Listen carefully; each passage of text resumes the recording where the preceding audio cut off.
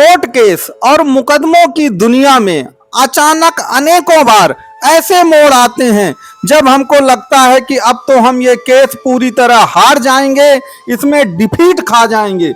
लेकिन अचानक ही कुछ ऐसा होता है कि हमारी हार जो है एकदम जीत में बदल जाती है।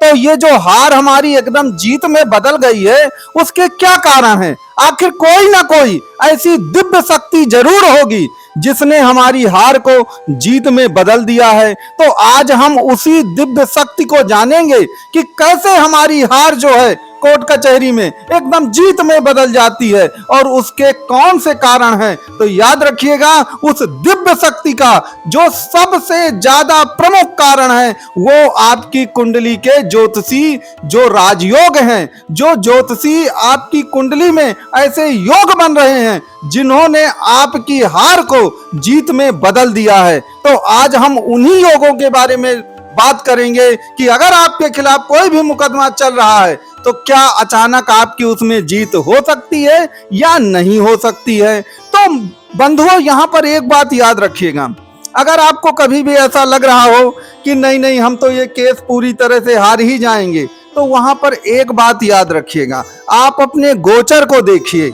गोचर होता है कुंडली में, और गोचर में जब भी 6वें 8वें 12वें भाव के स्वामी अपने ग्रहों को या अपनी राशियों को बदल लेते हैं। उदाहरण के तौर पर गोचर में कुछ ऐसा हो रहा है कि 6वें भाव का स्वामी 8वें भाव पे आ गया है, 8वें का स्वामी 6वें भाव पे आ गया है, या 6वें भाव का स्वामी 12वें पे चला जाए, या 12वें का स्वामी 6वें भाव पर आ जाए। तो याद रखिए, जब 6, 8, 12 भाव का परिवर्तन होता है गोचर में आपस में, तो याद रखिएगा वहां पर अचानक ही आपकी जो हार है वो जीत में बदल जाती है। इसके अलावा अगर 6, 8, 12 भावों के स्वामी आप गोचर में आपकी राशि का परिवर्तन करें, अब कैसे करें? मान लीजिए आपके 6वें भाव पे कन्या राशि आती है, तो कन्या राशि का स्वामी मान लीजिए कौन होगा? बुध होगा।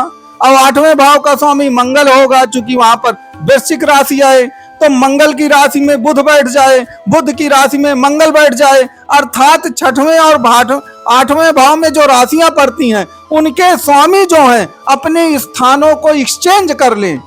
तो याद रखिए वहां पर भी 100% आपकी जो हार है वह जीत में बदल जाएगी। तो आप कुंडली में अक्सर चेक करते रहें कि वास्तव में 6वें 8वें 12वें जो भाव के स्वामी हैं या ग्रह हैं या राशियां हैं, ये आपस में एक्सचेंज तो मान ही कर रही हैं ग्रह या राशियां।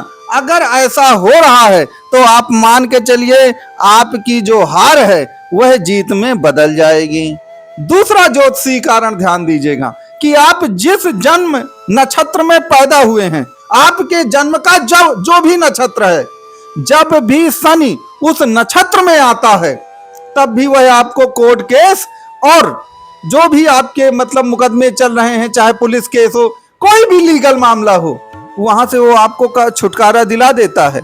जैसे उदाहरण के लिए मान लीजिए कि आप मिथुन राशि के हैं और आपका जन्म उत्तरा फाल्गुनी नक्षत्र में हुआ है, तो उत्तरा फाल्गुनी नक्षत्र में जब भी शनिदेव आएंगे, याद रखिएगा आपकी किस्मत बदल जाएगी। किस मामले में? कोर्ट कचहरी का मामला हो या पुलिस केस का मामला हो, वहां पर शनि आपको निश्चित तौर पर विजय दिला करके रहेंगे।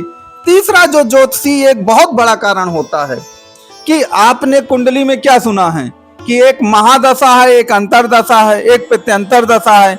लेकिन याद रखिएगा जब बात अचानक की आती है कि बिल्कुल एक पल में ही सब कुछ हो गया, हम तो हार रहे थे, पता नहीं ये बाजी कैसे पलट गई, तो उसके लिए जो होती है कुंडली में एक सूक्ष्म दशा, एक प्राण दशा होती है। सूक्ष्म दशा 1-2 दिन के लिए आती है और प्राण दशा जो होती है वह कुछ घंटों के लिए आती है। अगर आपकी कुंडली में सूक्ष्म दशा और प्राण दशा जो आपकी कुंडली के योग कारक ग्रह हैं, अगर उनकी दशाएं आ गई हैं सूक्ष्म दशा और प्राण दशा में, तो भी आप एक प्रकार से निश्चित तौर पर मुकदमा जीत जाएंगे। उदाहरण के तौर पर देखें, मान लीजिए आप मिथुन राशि के हैं, तो मिथुन राशि में योगकारी ग्रह कौन है? आपका बुध है और शुक्र है। तो अगर सूक्ष्म दशा में बुध या शुक्र आ जाएं या प्राण दशा में आ जाएं बुध और शुक्र, तो याद रखिए आपका मुकदमा जीतना फिर तय हो जाता है। इसी तरह मान लीजिए आप मकर राशि के हैं, तो मकर राशि में योग कारक ग्रह कौन है? वो शुक्र है, शनि है। तो अगर शुक्र शनि सूक्ष्म दशा और प्राण दशा में आ जाते हैं तो वहां पर भी आप ये मान करके चलिए कि आपकी जीत लगभग लगभग पक्की हो जाती है। और इसका एक अंतिम जो सबसे बड़ा उदाहरण है कि जिस भी लग्न की कुंडली है आपकी, यहाँ पे राशि मत देखिए, लग्न देखिए अपनी।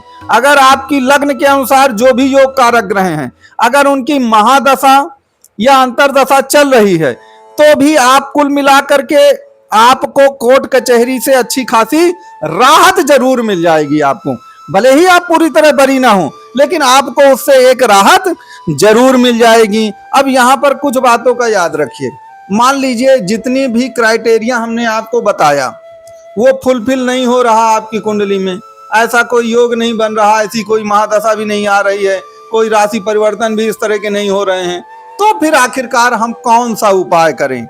तो उसके लिए कुछ उपाय हैं जो आप परमानेंट करते रहिए। अगर उनको आप करते रहेंगे तो आपको लाभ मिलेगा। जैसे आप प्रत्येक शनिवार को शनिदेव को प्रसन्न करने के लिए सरसों का जो दीपक है या तो पीपल के वृक्ष के नीचे जलाइए। अगर पीपल का वृक्ष आपके आसपास नहीं है तो घर में अगर तुलसी का पेड़ है तो शनिवार के दिन शाम को तुलसी के पेड़ के नीचे जो है सरसों का दीपक जरूर आप जलाइए। दूसरे नंबर पर शनि जो हैं वह गरीबों के एक प्रकार से मसीहा माने जाते हैं।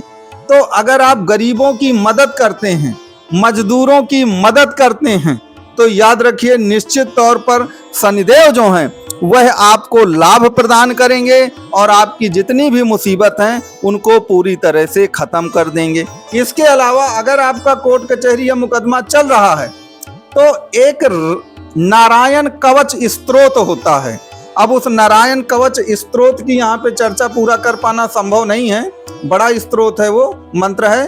तो उसको यदि आप करते हैं रेगुलर तो भी आपकी ये समस्या जरूर दूर हो जाएगी। इसके अलावा अगर आप नारायण स्तोत्र नहीं कर पा रहे हैं तो ओम सन शनिश्चराय नमः, इसका कम से कम आप 108 बार रोजाना जप जरूर करें। इसके अलावा काला कुत्ता है या गाय है, उसकी यदि आप सेवा करते हैं तो उससे भी आपको निश्चित तौर पर लाभ मिलना तय है। तो बंधुओं, आपका कौन सा कोर्ट केस चल रहा है, किस स्टेज में है, ज्योतिषी दृष्टि से आप उससे कब बरी होंगे या आपको कौन से उपाय करने चाहिए, इस संबंध में अगर आप किसी भी तरह की कोई भी जानकारी चाहते हो तो नंबर आपको दिए गए हैं, दिए गए नंबर पे आप जो है वो संपर्क जो है कर सकते हैं।